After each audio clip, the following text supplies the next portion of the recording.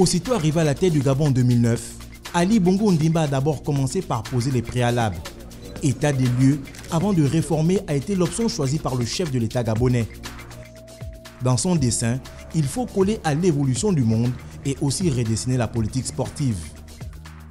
Dès son accession à la magistrature suprême, le chef de l'État gabonais a pris le pari audacieux de hisser son pays au rang de nation du football par son infrastructure. À son actif, l'organisation de grandes compétitions, Coupe d'Afrique des Nations, 10 km, semi-marathon, marathon, Tropical Amissa Bongo ou encore fitness géant.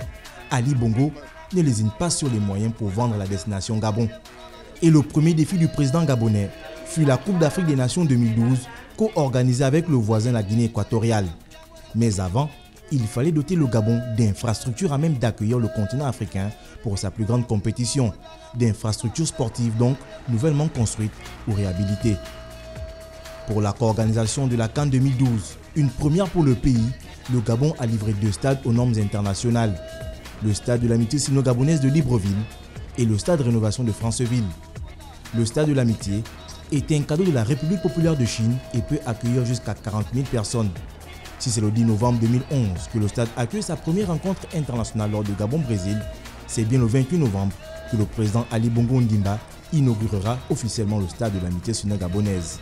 Le stade Rénovation de Franceville a été érigé à l'occasion des fêtes tournantes initiées par le feu président Omar Bongo Ondimba.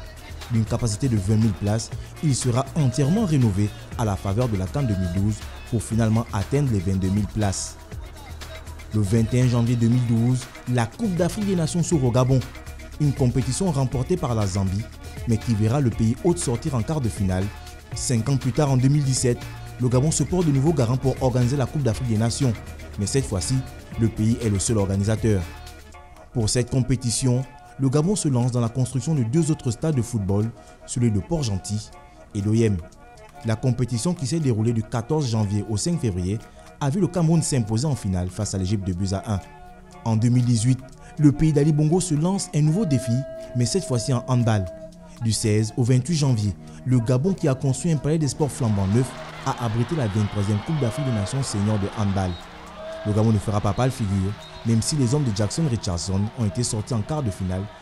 À celle-ci s'ajoutent d'autres manifestations sportives d'envergure internationale, telles que la Tropical Amissa Bongo, le marathon du Gabon et ses dérivés que sont les 10 km de Port-Gentil et de Franceville. Depuis la première édition lancée en 2013, le marathon du Gabon a parcouru du chemin et prend de plus en plus de place dans le circuit mondial des grandes compétitions de course à pied. D'ailleurs, la notoriété aidant, le nombre et la qualité des participants ne fait qu'augmenter. La 7e édition de ce qui est devenu un événement incontournable dans le calendrier sportif africain aura lieu du 30 novembre au 1er décembre prochain. Avec tous ces événements sportifs, il est indéniable que le Gabon est sur la bonne voie et les lignes bougent. Le cap et la vision fixée par le président de la République dans sa politique sportive ont permis au Gabon de se faire une place dans le concert des nations sportives afin que les athlètes ne participent pour participer, mais ramènent des médailles et gagnent des trophées.